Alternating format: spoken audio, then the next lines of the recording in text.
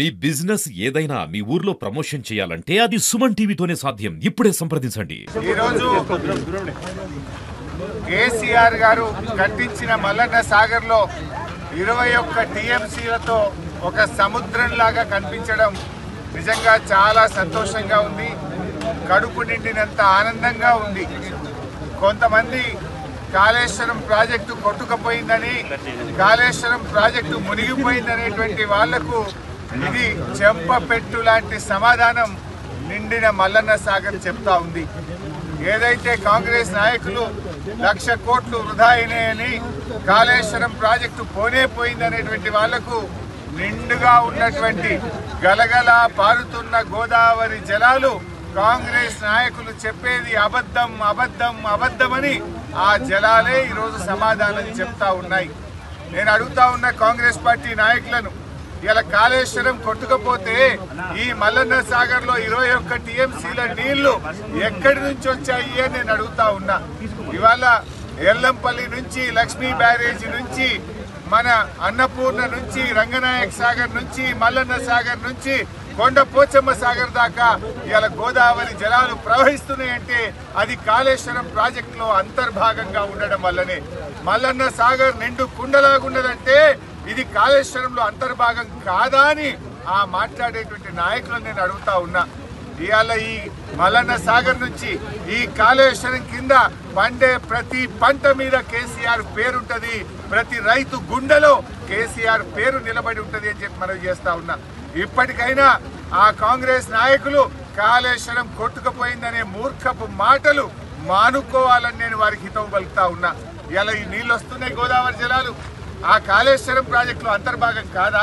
కేసీఆర్ కట్టించినటువంటి అన్నపూర్ణ, రంగనాయక్ సాగర్, మల్లన్న సాగర్, కొండపోచమ్మ సాగర్ ఇవన్నీ కాళేశ్వరంలో అంతర్భాగం కాదా? ఇవాళ అన్నపూర్ణలో 3 టీఎంసీలు ఉన్నాయి, రంగనాయక్ సాగర్ లో 3 టీఎంసీలు ఉన్నాయి, మల్లన్న సాగర్ లో 21 టీఎంసీలు నింపుకున్నాం, కొండపోచమ్మలో 10 టీఎంసీల నీళ్లు నింపుకున్నామంటే ఇది కాళేశ్వరం ప్రాజెక్టు. నిజంగా చాలా చాలా సంతోషంగా ఉంది. కాంగ్రెస్ పార్టీ నాయకులు కొంతమంది ఇప్పటికీ దుష్ప్రచారం చేస్తున్నారు. కాంగ్రెస్ దంతా డైవర్షన్ పాలిటిక్స్, మాదేమో రైతులకు నీళ్లు ఇవ్వాలనేటువంటి తపన, మాది వాటర్ డైవర్షన్ అయితే కాంగ్రెస్ దేమో డైవర్షన్ పాలిటిక్స్, అటెన్షన్ డైవర్షన్ చేసేటువంటి ప్రయత్నం కాంగ్రెస్ పార్టీ నాయకులు చేస్తున్నారు. బట్ ఈరోజు ప్రజలకు సజీవ సాక్ష్యం కదా, ఇంతకంటే సాక్ష్యం ఏం కావాలి? కాళేశ్వరం కొట్టుకుపోయిందనేటువంటి మూర్ఖులకు 21 టీఎంసీలతో సముద్రాన్ని తలపించే ఈ మల్లన్న సాగరే ఒక సజీవ సాక్ష్యం. ఇంతకంటే ఇంకొక సాక్ష్యం ఉండదు. ఇప్పటికైనా కాంగ్రెస్ నాయకులు మీరు కూడా వచ్చింత పసుపు కుంకుమ వేసి కొబ్బరికాయ కొట్టే మీ పాపాలు తొలగిపోతాయి. ఆనాడు ప్రాజెక్టు కట్టేటప్పుడు అడ్డం పడ్డారు, కోర్టులలో కేసులు వేసిండ్రు, కనీసం ఇలా సంతోషాన్ని పంచుకుందామని వస్తే ఇవాళ కూడా కాంగ్రెస్ పార్టీ నాయకులు డైవర్షన్ టాక్టిక్స్ చేస్తా ఉన్నారు. దేనికోసం? ఈ నీళ్లతోని రేపు మెదక్ జిల్లా, యాదాద్రి జిల్లా, సిద్దిపేట జిల్లా పంట పొలాలు పండడం మీకు ఇష్టం లేదా? రైతుల పొలాలు తడవడం మీకు ఇష్టం లేదా? మేమొచ్చి 21 టీఎంసీల మా కేసీఆర్ కట్టించిన ప్రాజెక్టులో ఇంత పసుపు కుంకుమ వేసి ఆ గోదావరి జలాలకు దండం పెట్టుకుందామని మేము వచ్చాం.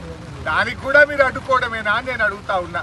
బట్ ఏది ఏమైనా ఇవాళ కేసీఆర్ కల ఫలించింది. మొదటిసారి 21 టీఎంసీల నీళ్లు మల్లన్న సాగర్ లో నింపుకోవడం చాలా చాలా ఆనందంగా ఉంది. ఈరోజు మల్లన్న సాగర్ పూర్తయింది, కాలువలు కూడా 90% పూర్తయినాయి.